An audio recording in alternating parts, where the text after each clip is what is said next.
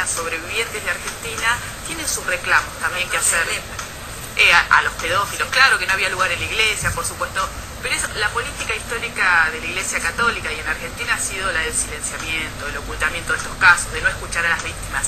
Por eso es que las víctimas ahora le reclaman a la Iglesia Católica que cambie su política histórica. Pero antes de meternos con el tema, que tenemos dos invitados, tenemos el informe.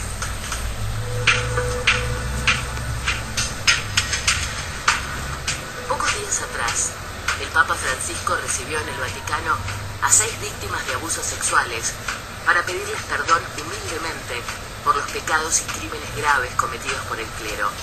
Y también pidió perdón por los pecados de omisión por parte de los líderes de la Iglesia que no han respondido adecuadamente a las denuncias presentadas. Quienes recibieron el pedido de perdón por parte de Francisco fueron 3 hombres y 3 mujeres procedentes de Alemania, Inglaterra e Irlanda, seleccionados por el cardenal estadounidense John O'Malley. No hay lugar en el ministerio de la Iglesia para aquellos que cometen estos abusos, y me comprometo a no tolerar el daño infligido a un menor por parte de nadie, independientemente de su estado clerical, dijo el sumo pontífice. Aunque fue bien recibido, el mensaje papal no alcanzó para cubrir las expectativas de las víctimas argentinas de abusos sexuales cometidos por curas. Y no solo porque ninguno fue invitado al Vaticano a recibir el pedido de perdón del Papa argentino. Algunos además se preguntan por qué, si ahora, en su condición Papa, hace pública su condena a la pedofilia, Jorge Bergoglio no tuvo la misma posición cuando ejerció como máxima autoridad de la Iglesia Católica en el país. En Vivo en Argentina nos hacemos la misma pregunta y vamos a intentar responderla con la ayuda de nuestros invitados de hoy. Ahí está el tema planteado y nos acompañan Sebastián Cuatromo, ¿qué tal? ¿Cómo estás? Gracias por acompañarnos. Julieta Añasco, muchas gracias por venir. Ellos sufrieron en su infancia, en su adolescencia, abusos de parte de religiosos, ¿no? ¿Y cuál es el planteo que ahora le hacen a Bergoglio? Que en algún momento ustedes también le plantearon su problemática o quisieron que las autoridades de la Iglesia Católica asumieran otra conducta o otra responsabilidad frente a estas denuncias y no lo hicieron. Bueno, en mi caso en particular, yo fui abusado sexualmente acá en el Colegio Marianista de la Ciudad de Buenos Aires, en el barrio de Caballito, y luego de una larga lucha, más de 20 años después, logré que mi abusador sea juzgado y condenado en el año 2012, más de 20 años después de ocurridos los abusos, y en el 2012 fue juzgado y condenado a 12 años de cárcel por el delito de corrupción de menores calificada reiterada. Cuando ocurrieron los abusos, 13 años y estaba terminando mi escuela primaria, fines de los años 80. ¿Hablaste con tus papás? ¿Lo denunciaron en el colegio? ¿Cómo fue? Durante 10 años no pude ponerlo en palabras. Recién una década después, cuando empiezo a hablar de lo sucedido, es que presenté la denuncia que originó la causa, que la tuve que luchar durante otros 12 años hasta llegar a juicio. Y incluso Sebastián hasta tuvo que impulsar la extradición porque el abusador se había ido del país, estaba en Estados Unidos, la causa estaba parada, no, se había fugado, y por otras denuncias él en persona fue quien empujó la causa para que se pudiera hacer realmente el juicio acá. Digamos, nadie acompañó, ni siquiera desde la justicia, claramente, en ese momento. Y en particular, en el marco de esta lucha, también logré que el Colegio Marianista, acá de la Ciudad de Buenos Aires, tuviera que asumir su responsabilidad civil por lo sucedido. En ese contexto, el Colegio Marianista lo que pretendió fue silenciarnos a las víctimas de este abusador, el ex hermano Fernando Picciocchi, luego condenado por la justicia. Y cuando el Colegio Marianista pretendía silenciarnos, año 2002, yo concurrí ¿Pero de qué forma? ¿No personalmente... creyéndoles las denuncias? No, que no lo podían difundir. Vos y Sí. otros chiquitos. Claro, ya adultos, este colegio asume su responsabilidad civil por el delito cometido por este religioso, pero pretendiendo obligarnos a nosotros a cumplir una llamada cláusula de confidencialidad. Que el tema no saliera a la opinión pública, que no se hablara. Esto ha sido la política histórica de la Iglesia, silenciar, acallar y darle protección también a los curas pedófilos. Y en ese marco, a mediados del año 2002, yo concurrí personalmente a la sede del Arzobispado de la Ciudad de Buenos Aires, pedí una entrevista con Jorge Bergoglio, que estaba al frente de la Iglesia de la Ciudad en ese momento. Sí. Me recibió un secretario de él, padre Martín García Aguirre, y la respuesta que obtuve fue que yo tenía que... La respuesta que obtuve de Bergoglio, por medio de su secretario, era que tenía que ir a hablar con el vicario de la zona de Flores, obispo Mario Poli. hoy arzobispo de la ciudad por decisión de Bergoglio desde Roma. Y en esa entrevista, muy concretamente, lo que yo le planteé al entonces obispo Mario Poli, a él y a su jefe, que en ese momento era Bergoglio, era si ellos, como iglesia jerárquica de la ciudad de Buenos Aires, avalaban o desautorizaban la actitud de esta congregación de los hermanos marianistas de pretender silenciar con dinero a víctimas de abuso sexual infantil. Yo tuve por lo menos 2 entrevistas con el entonces obispo Mario Poli en la sede de la Vicaría Zonal de Flores, a instancias del entonces arzobispo Bergoglio, y la conclusión, la respuesta que obtuve era que ellos, como iglesia jerárquica de la ciudad, avalaban esta actitud del colegio marianista. Y Julieta, contanos un poco tu historia. Bueno, lo mío es reciente. Hace un año yo digo que desperté porque recordé haber sido abusada por este cura. ¿Cómo recordé? Sí, lo había olvidado, lo bloqueé. A veces, generalmente las personas que fuimos abusadas tienen secuelas. Nos olvidamos, muchos de nosotros bloqueamos esos recuerdos como mecanismo de defensa. Y bueno, yo lo olvidé, siempre hice terapia, pero nunca lo hablé con nadie. Lo hablé una vez a los 18 con mis padres y después nunca más. ¿Y tus padres en ese momento? No, y bueno, intentaron hacer la denuncia en la ciudad de La Plata.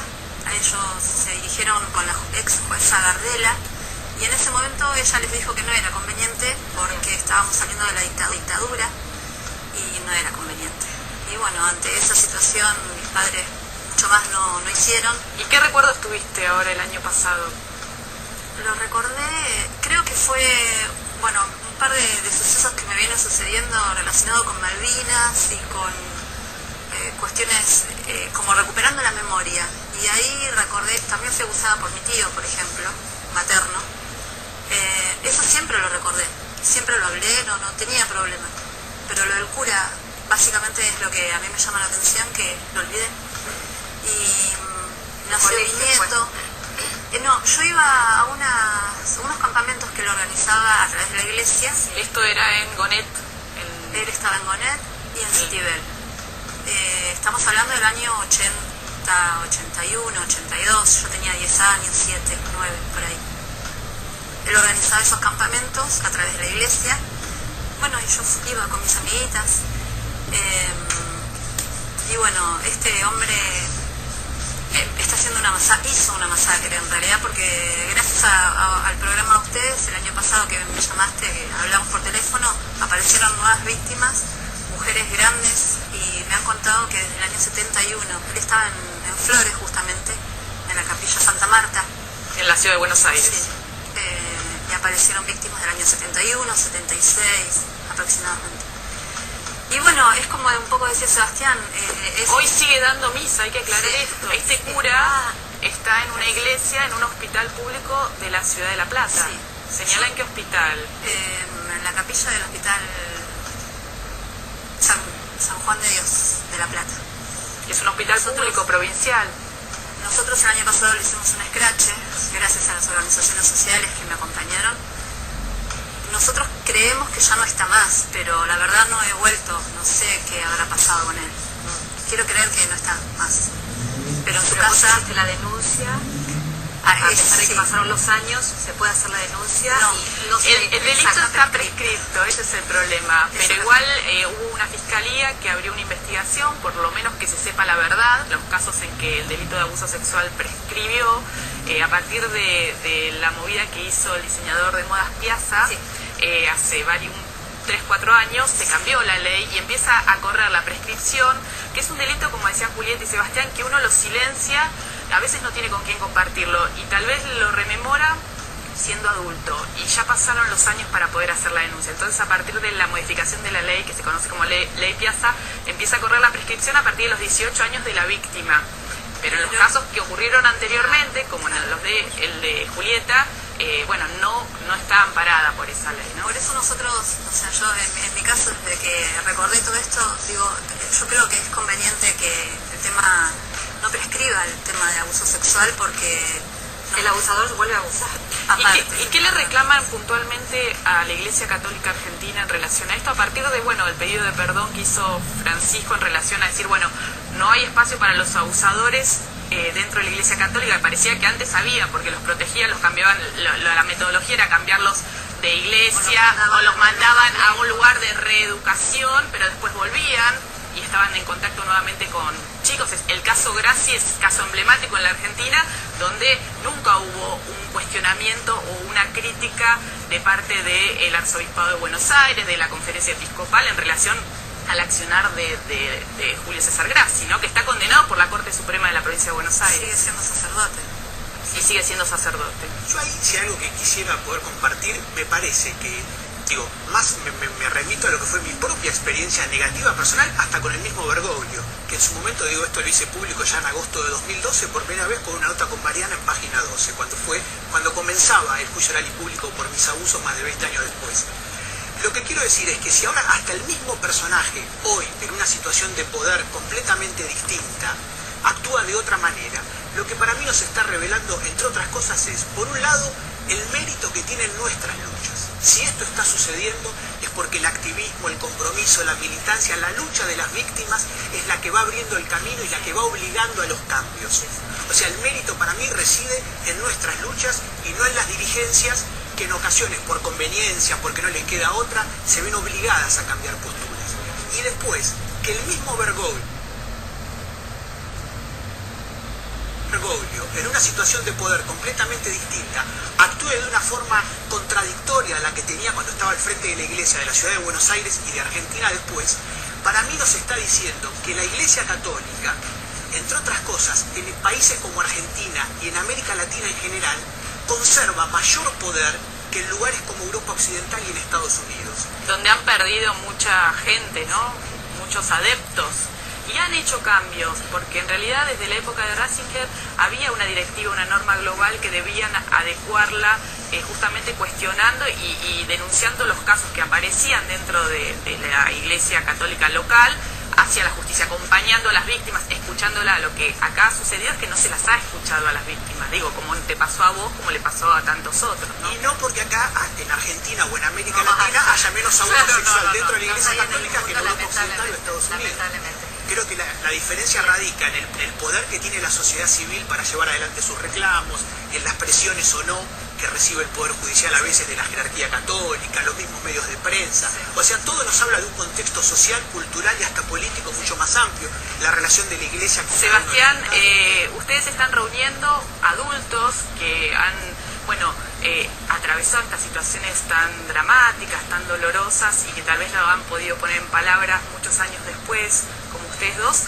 Se están reuniendo, ¿no?, en distintos lugares del país a partir de la visibilidad que han tenido estos casos, a veces cometidos por curas o religiosos y a veces cometidos intrafamiliarmente, como también vos comentabas, Julieta. ¿Hay algún teléfono, alguna dirección sí. para ya la ponemos ahí?